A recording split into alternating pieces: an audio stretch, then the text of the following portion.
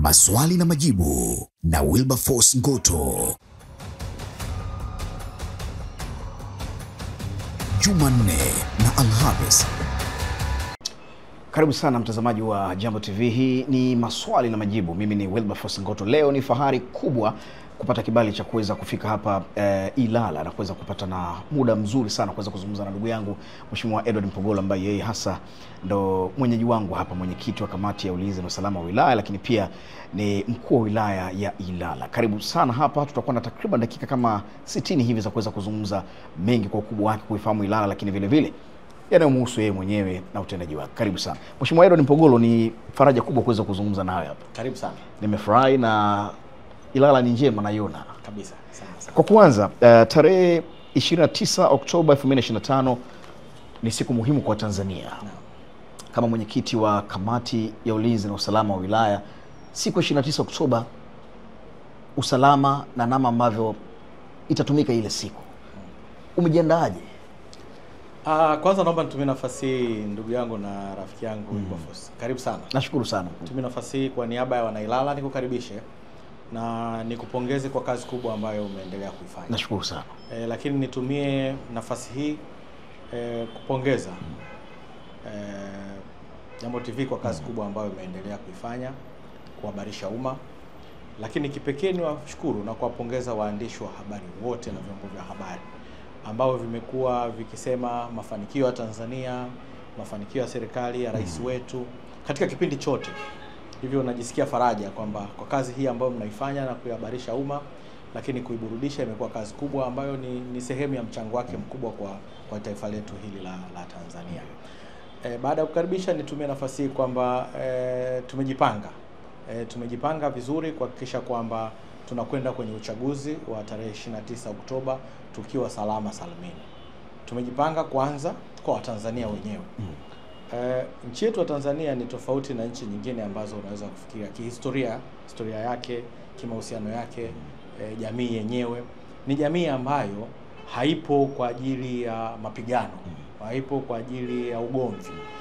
Ni jamii ambayo imekuwa ikiwa moja toka kabla ya uhuru, kipindi cha kutafuta uhuru, lakini na baada ya uhuru. Ukiangalia kihistoria, nchi yetu walimpokea hata baba wa taifa, alikuwa hatokei Dar es Salaam, lakini alikuwa anafundisha. Wazee wa huku wa pwani walimpokea, wakamuona kama ni mmoja wapo.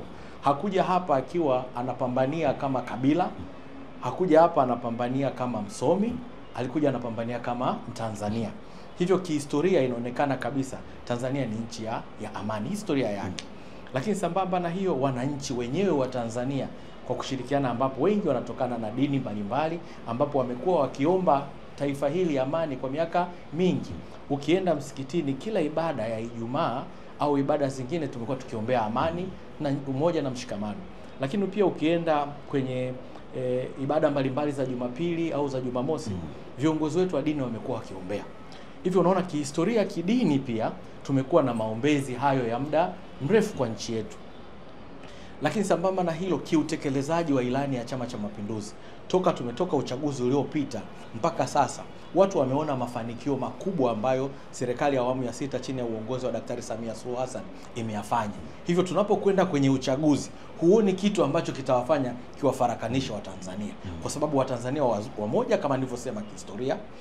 Watanzania ni wamoja kwa maana miaka yote wakiwa kiombea, lakini yale ambayo wameituma serikali katika kipindi cha miaka 5 serikali imefanya. Sasa unapokwenda kwenye ugomvi unatafuta nini? Hivyo jambo kubwa ambalo limefanyika kwa hilo. Lakini la pili, sisi kama serikali pia ni kuhakikisha kwamba vyombo vyetu vya ulinzi na usalama vimejidhatiti vya kutosha na vina zana za kutosha kuhakikisha kwamba inasimamia. Kwa nini unajidhatiti vya kutosha? Kwa sababu huwezi kujua, kuna wakati mwingine mtu anaweza akawa na malengo mabaya, yuko nje, akatumia mazingira yote yaliyokuwepo kwa sababu tunaenda kwenye uchaguzi, au haribie maisha ya kwenu kwa Tanzania. Kwa kweli ni kuhakikishie kakaangu Wilberforce, serikali imejipanga vizuri sana. Na uchaguzi ni kuhakikishie, uchaguzi huu utaisha kwa amani kabisa, bila bugdha yoyote. Kwa sababu kama nilivyosema, Watanzania wenyewe wana hamu ya amani. Hakuna Mtanzania mwenye hamu na nini? na vurugu. Maanake hamna mtu ambaye yuko tayari kwa ajili ya vurugu. Hizi ambayo tunazoziona zinasemwa ni mtu tu unaweza kukaa chumbani ukaamua kuandika unachokitaka wewe na unachokisikia. Ukitaka Wilberforce tushuke, tupite hapa barabarani, mitaani, utaona kila mtu muulize anataka nini. Atakwambia mimi hapa niko Dar es Salaam, mama yangu yuko Njombe, au baba yangu yuko Shinyanga, au yuko wapi, anatafuta maisha. Maanake yule wa Shinyanga anamuombea mwanae, hata wewe Wilberforce. Nyumbani kule wazazi wanakuombea. Hawatataka kuona Wilberforce amevunjika mguu, amefanya nini. Hivyo ni kuhakikishia kwa tarehe 29 tuko vizuri, uchaguzi utakuwa safi kabisa. Amina. Kiongozi, hapo kabla tujatoka, umeeleza vizuri sana mwelekeo na hali ya utulivu katika upande wa ulinzi na usalama. Kama ulivyosema pia kuna hizi frictions mitandaoni, kuna kama vuguvugu hivi, wengine wakisema hivi tarehe 29 tutatoka, tutakubali, ni kama wanawaza tofauti hivyo. Hatujajua kwa idadi, lakini hii kama utendaji haikupi shaka kidogo? Kama nilivyosema hapo awali, haiwezi kunipa shaka kwa sababu mimi ni Mtanzania, tunaona Watanzania wenzetu. Tunaona majority, kazi ya watu ambao wamefanya. Then unasema hawa ni watu, inawezekana tu ni watu ambao hawalitakii mema taifa letu. Lakini bahati mbaya hawajalijua taifa lenyewe. Ni kwamba wanaisemea Tanzania lakini hawajijua Tanzania yenyewe. Nimeizungumza kidogo hapo. Tanzania hii ina historia, lakini pia kuna viongozi wa dini mbalimbali wanaiombea. Lakini kuna baba yako, mama yangu ambaye pia wanaiombea amani.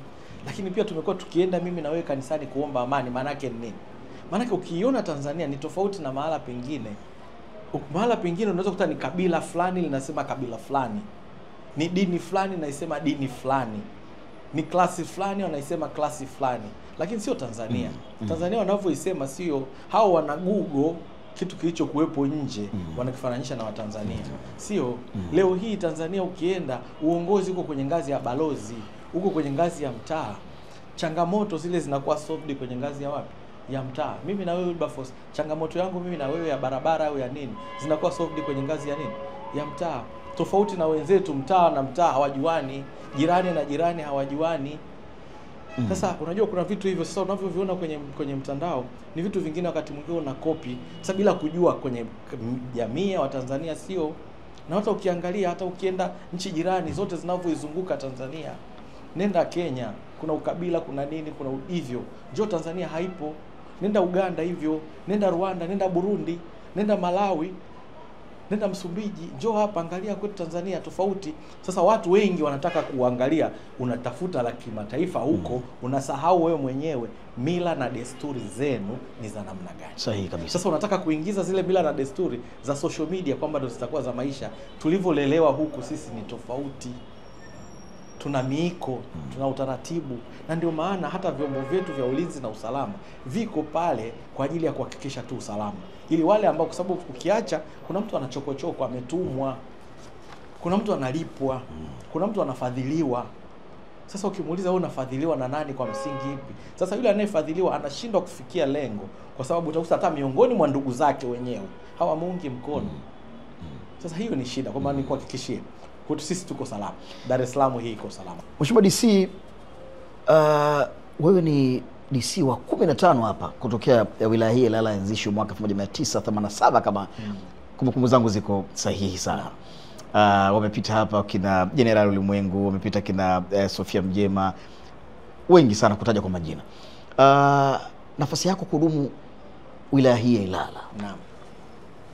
unatekelezaje majukumu yako, lakini kwa kusisitiza ilani ya chama unaitekelezaaje ndani ya Ilala? Kwanza naomba nitumie nafasi kwa kushukuru kwa swali zuri sana.